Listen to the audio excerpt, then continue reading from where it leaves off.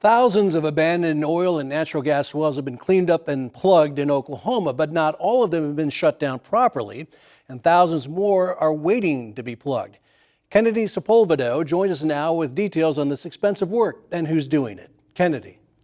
Rich, the reason why these abandoned wells need to be identified and plugged is due to leaking methane, salt water, and hydrocarbons. The concern created by abandoned wells reached the U.S. Capitol this year. As part of the Infrastructure Investment and Jobs Act of 2021, signed into effect November 15th, $3.7 billion will go to orphan well site plugging, remediation, and restoration in the United States. And Oklahoma is high on the list of states with abandoned and orphaned wells.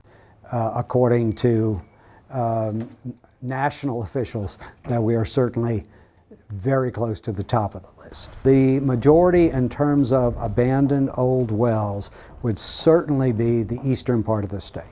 Now, the greatest concentration would probably be in northeastern Oklahoma. The Osage Reservation is in northeastern Oklahoma, where the tribe takes over responsibility for abandoned wells within its territory.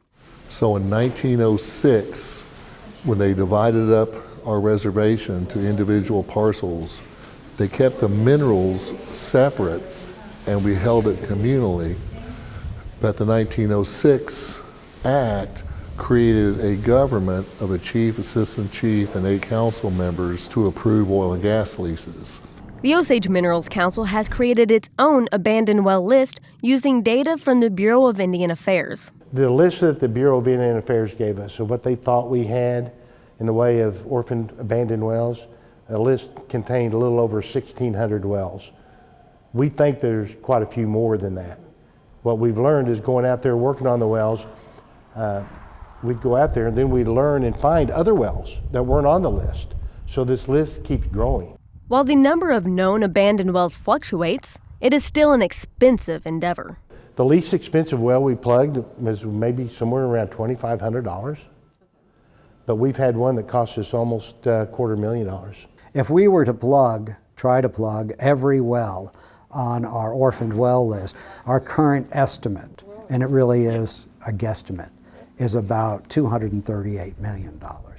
The high-priced state and tribal programs operated long before the possibility for monies from the federal government's Infrastructure Act. Technically, the state pays for it, but who really pays for it are the current operators, because the state fund we use is funded solely by current oil and gas operators. As for the Osage Minerals Council, funding has come from Congress with the help of Oklahoma Representatives Tom Cole and Frank Lucas and Senator James Lankford. So this is an ongoing process. We're asking for more funding.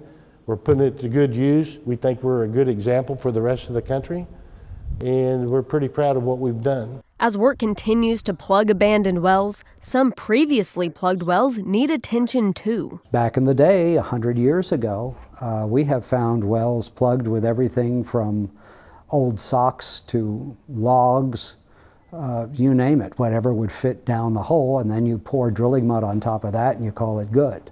Some abandoned wells are considered orphan because they can have new life for future oil and gas production or research. So companies are going in and either adopting these wells or buying these wells.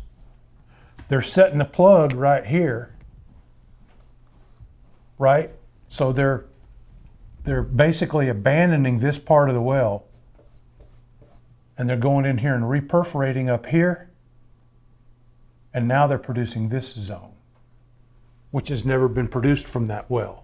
Researchers found ways to reuse orphan wells to help fight climate change. In general, the research we are doing is contributing a lot to, let's say, other industrial applications. So geothermal is one of them, carbon capture and storage another one.